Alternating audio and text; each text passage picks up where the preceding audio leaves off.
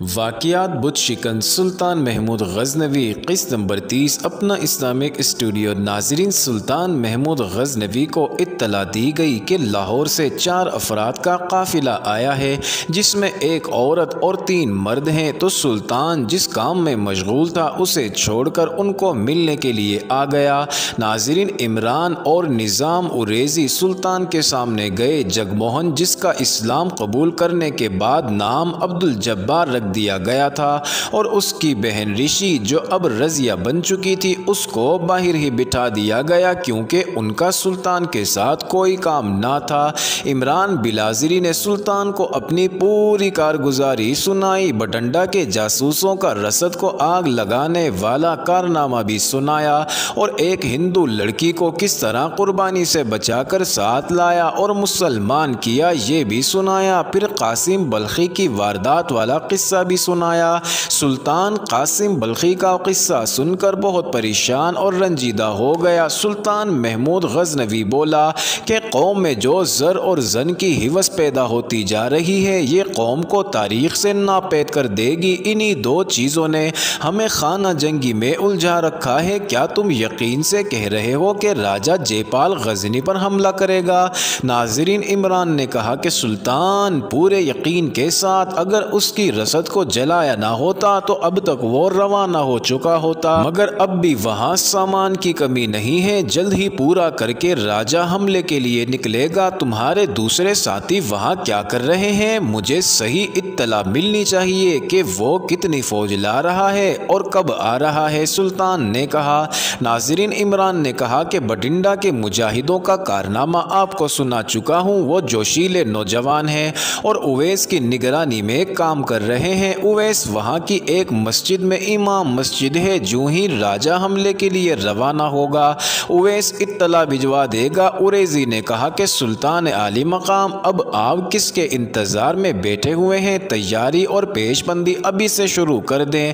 راجہ جے پال کی باتیں مجھ سے بھی ہوئی ہیں۔ وہ میری موجودگی میں اپنے سپاہ سالاروں سے جو باتیں کرتا رہا وہ بھی میں نے سنی ہے۔ اب کی بار راجہ شکست کھانے نہیں آئے گا، وہ اتنی فوج لائے گا کہ مقابلہ 6-1 کا ہوگا۔ پہلے کی طرح ہمیں یہ جنگ بھی شب خون کے طریقوں سے لڑنا پڑے گی۔ راجہ جے پال اس خوش فہمی میں مبتلا ہے کہ سلطان سبکدگین کی وفات کے بعد غزنی میں کوئی قابل قائد نہیں رہا جو فوج کی کمان کر سکے۔ سلطان محمود غزنوی نے کہا کہ میرے پاس فوج کی کمی نہ تھی، مگر فوج ریاستوں میں بٹ گئی۔ اسلامی فوج کے سالاروں میں بھی سلطان بننے کی ہوس پیدا ہو گئی ہے اور وہ اب اسلام کا تحفظ کرنے کے قابل نہیں رہے۔ جب سالار ہی سلطانی کے خواب دیکھنے لگیں گے تو پھر قوم و ملت اپنی موت آپ مر جاتی ہے۔ ناظرین، سلطان محمود غزنوی غزنی، بلخ اور خراسان کے فوجی انتظامی امور کی دیکھ بھال اور اس کو بہتر بنانے میں مصروف تھا۔ سلطان کی توجہ نئی فوج بھرتی کرنے اور ان کی ٹریننگ پر بھی مبذول تھی۔ سلطان نے اسی وقت فوجی سپاہ سالاروں اور دیگر سالاروں کو بلایا۔ فوج کے مرکز کی کمان اس کے اپنے ہاتھ میں تھی۔ سلطان نے کہا کہ اس بات کا یقین ہو چکا ہے کہ راجہ جے پال غزنی پر تیسرا حملہ ضرور کرے گا اور اس بار بھی فوج کی کمان اسی کے ہاتھ میں ہوگی، اور ان کی فوج کی نفری کا علم نہیں ہو سکا، لیکن میرا خیال ہے کہ 1 لاکھ سے اوپر ہوگی، لیکن ہماری فوج کی تعداد پہلے کی طرح دشمن کے مقابلے میں کم ہوگی۔ لاہور میں ہمارے آدمیوں نے اس کے رسد کے ذخیرے کو جلا دیا تھا، اس لیے راجہ کو کوچ کرنے میں تاخیر ہو گئی۔ آپ اپنی بد نصیبی کو سمجھتے ہیں کہ ساری فوج جنگ میں نہیں جھونک سکتے، آپ کو کچھ دستے غزنی اور دیگر جگہوں پر رکھنے پڑیں گے، کیونکہ جب آپ دشمن سے لڑ رہے ہوں گے آپ کے بھائی آپ کی پیٹھ پیچھے وار لازمی کریں گے۔ یہ ہمارے قومی جذبے کا بڑا ہی سخت امتحان ہوگا۔ آپ تصور کر سکتے ہیں کہ ہندوؤں کا حملہ کامیاب ہو گیا تو پھر اس کا نتیجہ کیا ہوگا؟ آپ سلطنت غزنی کے نہیں بلکہ خانہ کعبہ کے پاسبان ہیں۔ مجھے میرے عالموں نے بتایا ہے کہ ہندو دعویٰ کرتے ہیں کہ ان کی یعنی ہندوستان کی سرحد دجلہ فرات سے بھی آگے ہے اور اس پر مسلمان قابض ہیں۔ ہندوؤں کو صرف حملہ آور قوم ہی نہ سمجھنا، وہ اپنے ساتھ جغرافیائی دعوے اور باطل مذہب ساتھ لائیں گے۔ وہ اسلام کو روکنے کے لیے اسلام کے اعصابی مرکز کو توڑنے آ رہے ہیں۔ آپ اپنے گھر یا غزنی کے تحفظ کی خاطر نہیں بلکہ اللہ کے گھر کے تحفظ کی خاطر لڑیں گے۔ آپ کو ایک فائدہ یہ ہوگا کہ ہندوؤں کی فوج پر تمہاری دہشت ہے۔ لاہور سے جو 2 آدمی آئے ہیں انہوں نے بتایا ہے کہ جو پچھلی یعنی دوسری جنگ میں ہندو فوجی زندہ بچ کر لاہور واپس گئے تھے انہوں نے وہاں جا کر خوب دہشت پھیلائی تھی۔ اس کا اثر نئی بھرتی ہونے والی فوج پر بھی پڑا ہے۔ میں آپ کو دوسرا فائدہ یہ دینا چاہتا ہوں کہ آپ غزنی سے دور دشمن کی سرحد کے قریب لڑیں اور میدان آپ کی مرضی اور سہولت کا ہو۔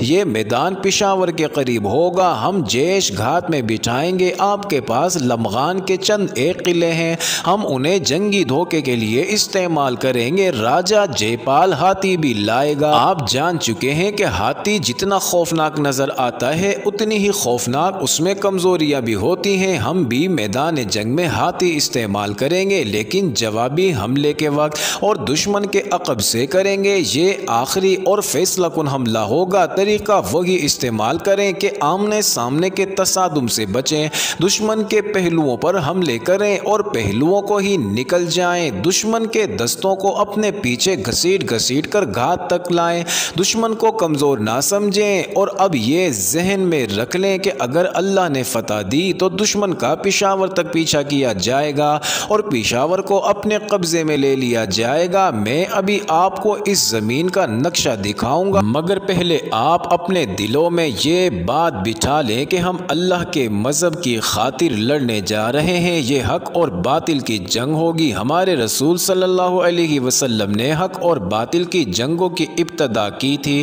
کہیں ایسا نہ ہو کہ ہم رسول پاک صلی اللہ علیہ وسلم کی اس عظیم اور مقدس روایت کو ختم کر دیں۔ ہماری روحیں آنے والی نسلوں کے سامنے شرمسار ہوتی رہیں۔ ہمارا نعرہ ہوگا فتح یا شہادت۔ اس کے بعد سلطان محمود غزنوی نے اپنے سب سپہ سالاروں کے سامنے نقشہ پھیلا کر میدان جنگ اور ارد گرد کے ایریا کے متعلق ہدایات دینی شروع کر دی۔ انہیں گھمسان اور شب خون کی جگہ بتائیں اور آخری حکم دیا کہ کل صبح و صادق کے وقت فوج کوچ کر جائے گی اور پشاور کے قریبی پہاڑوں میں ٹھہرے گی۔ دستوں کو ہر وقت تیاری کی حالت میں رکھنا ہوگا۔ محمد قاسم فرشتہ گردیزی اور عتبی کی تحریر کے مطابق سلطان محمود غزنوی نے اگست 1001 عیسوی بمطابق شوال 391 سنہ ہجری کو غزنی سے پشاور کی طرف کوچ کیا۔ ناظرین، سلطان کی فوج 10,000 سواروں پر مشتمل تھی۔ 50 کے قریب جنگی ہاتھی تھے جو انہوں نے راجہ جے پال سے دوسری جنگ میں چھینے تھے۔ پیادہ نفری بہت کم تھی۔ یہ سلطان کی مجبوری تھی کہ اسے پیادہ فوج غزنی اور اپنے ارد گرد کی ریاستوں کی حفاظت کے لیے رکھنی پڑی تھی کیونکہ اپنے ہی مسلمان بھائی غزنی کے تخت کے لیے بار بار غزنی پر حملے کرتے رہتے تھے۔ سلطان چونکہ گھوم پھر کر لڑنا چاہتا تھا اس لیے وہ سوار دستے ہی ساتھ لایا۔ اپنا اسلامک اسٹوڈیو کے معزز ناظرین، یہاں ایک وضاحت کرنا ضروری ہے کہ بعد کے تاریخ دانوں نے لکھا ہے کہ پشاور پر پہلے حملہ سلطان نے کیا تھا۔ یہ تاریخ ہندوؤں کی لکھی ہوئی ہے جو انہوں نے توڑ مروڑ کر پیش کی ہے۔ مغربی تاریخ دانوں کے مطابق حملے میں پہل راجہ جے پال نے ہی کی تھی۔ سلطان اس کو روکنے کے لیے پہلے ہی پشاور کے قریب اپنی سلطنت کے بارڈر پر خیمہ زن ہو گیا تھا۔ راجہ جے پال نے بہت جلد سامان کی کمی پوری کر لی تھی۔ وہ بہت جلد کوچ کرنے کا تہیہ کیے ہوئے تھا۔ وہ اپنے سالاروں سے کہتا پھر رہا تھا کہ سبکدگین مر گیا ہے جس نے میرے حملے روک لیے تھے، اب میری راجدھانی غزنی تک ہوگی۔ اس نے ایک کنواری کی قربانی بھی دے دی تھی، اب دیوتا اس کے ساتھ جا رہے تھے۔ ناظرین، راجہ جے پال پر دوسری ریاستوں کے مہاراجاؤں کو اعتماد نہ رہا تھا کیونکہ وہ 2 جنگیں مسلمانوں سے ہار چکا تھا، اس لیے اس کی اتنی زیادہ تیاری کے باوجود دوسرے راجاؤں نے اتنی فوجیں نہ دیں جتنی پہلے اور دوسرے حملے میں دی تھی، لیکن سامان رسد بہت دے دیا تھا۔ ناظرین، راجہ جے پال نے لاہور سے کوچ کیا تو اس کی فوج کی تفصیل یہ تھی: 12,000 سوار، 30,000 پیادہ، 300 جنگی ہاتھی اور رسد اور سامان والی گاڑیوں کی قطاریں میلوں لمبی تھی۔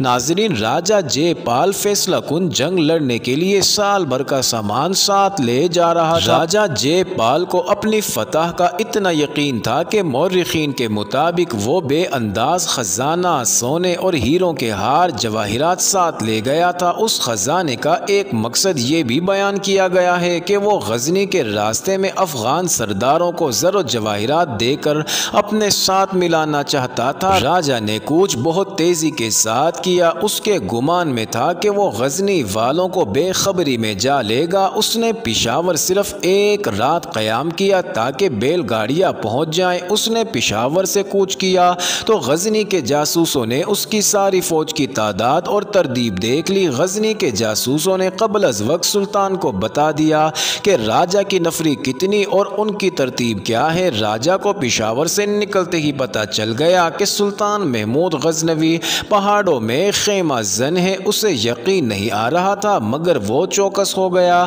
راجہ نے پشاور اور پہاڑوں کے درمیان فوج کو پڑاؤ کا حکم دے دیا۔ رات کو اس نے ایک جیش پتہ لگانے کے لیے بھیجا مگر وہ جیش واپس نہ آ سکا۔ مسلمانوں نے راجہ کے ساتھ حساب کتاب شروع کر دیا تھا۔ ناظرین، صبح ابھی تاریخ تھی کہ مسلمانوں کے ایک شب خون مارنے والے دستے نے راجہ کی خیمہ زن فوج کے ایک حصے پر شب خون مارا اور فرار ہو گئے۔ ہندوؤں کا کافی جانی نقصان ہوا اور افراتفری بھی پھیل گئی۔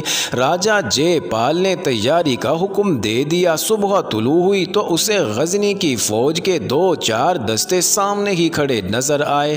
راجہ نے حملے کا حکم دے دیا۔ غزنی کے یہ سوار دستے آگے آ کر پھیل گئے۔ ہندو فوج نے ہاتھیوں کو آگے کر رکھا تھا۔ سلطان کے مجاہد ہاتھیوں سے بھڑ گئے اور پیچھے ہٹنے اور پھیلنے لگے۔ اس وقت سلطان خود چند ایک دستوں کے ساتھ نشیبی علاقے سے ہو کر ہندو فوج کے عقب میں گھسنے کی کوشش کر رہا تھا۔ ہندوؤں نے سلطان کو دیکھ لیا اور پیچھے کو مڑے۔ سلطان نے حملے کا حکم دے دیا۔ سوار آگے بڑھے، گھمسان کر رن پڑا لیکن مسلمان مارکے سے ہٹنے لگے۔ ہندو ان کے تعاقب میں آئے۔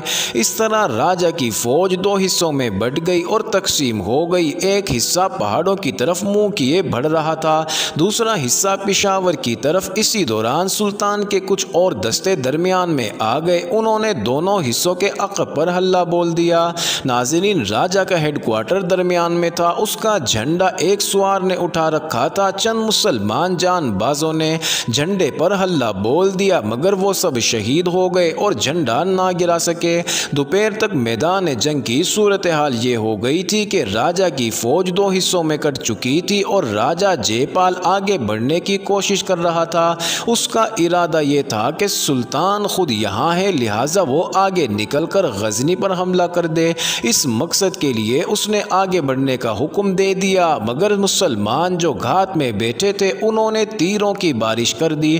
گو مسلمان بھی کافی شہید ہو رہے تھے مگر ان کا یہ خون رائے گا نہیں جانا تھا کیونکہ انہیں تو شہادت نصیب ہو رہی تھی۔ ناظرین، راجہ کی یہ کوشش بری طرح ناکام ہو رہی تھی کیونکہ مسلمان ایک جگہ جم کر نہیں لڑ رہے تھے مگر وہ تو جم کر لڑنے کے لیے آیا تھا۔ راجہ کی فوج کی ٹریننگ بھی جم کر لڑنے کے انداز والی ہوتی تھی، اس لیے وہ بھی میدان جنگ میں کام آ رہے تھے۔ سلطان نے جس میدان کا انتخاب کیا تھا وہ اس کی عین سوچ اور طریقوں کے مطابق تھا۔ راجہ تو کچھ اور سوچ کر آیا تھا، وہ یہاں لڑنے کے لیے تیار نہ تھا، پھر بھی اس نے جنگی اہلیت کا پورا مظاہرہ کیا۔ اس کی فوج کی تعداد بھی زیادہ تھی مگر میدان مسلمانوں کے ہاتھ میں تھا۔ راجہ جے پال تعداد کی برتری کے سہارے لڑ رہا تھا۔ اس نے یہ کوشش بھی کی کہ جنگ ملتوی ہو جائے اور جنگ کو طول دیا جا سکے لیکن مسلمانوں نے اس کا یہ مقصد کامیاب نہ ہونے دیا۔ مسلمانوں نے اللہ اکبر کے نعرے لگانے شروع کر دیے۔ یہ مارکا بڑا خون ریز تھا۔ سلطان نے شام سے پہلے 50 ہاتھیوں اور 2000 گھوڑوں کے ساتھ راجہ جے پال کے عقب پر حملہ کر دیا۔ معزز ناظرین، یہ انٹرسٹنگ ویڈیو جاری ہے، اگلی ویڈیو قسط نمبر 31 میں دیکھنا مت بھولیے گا۔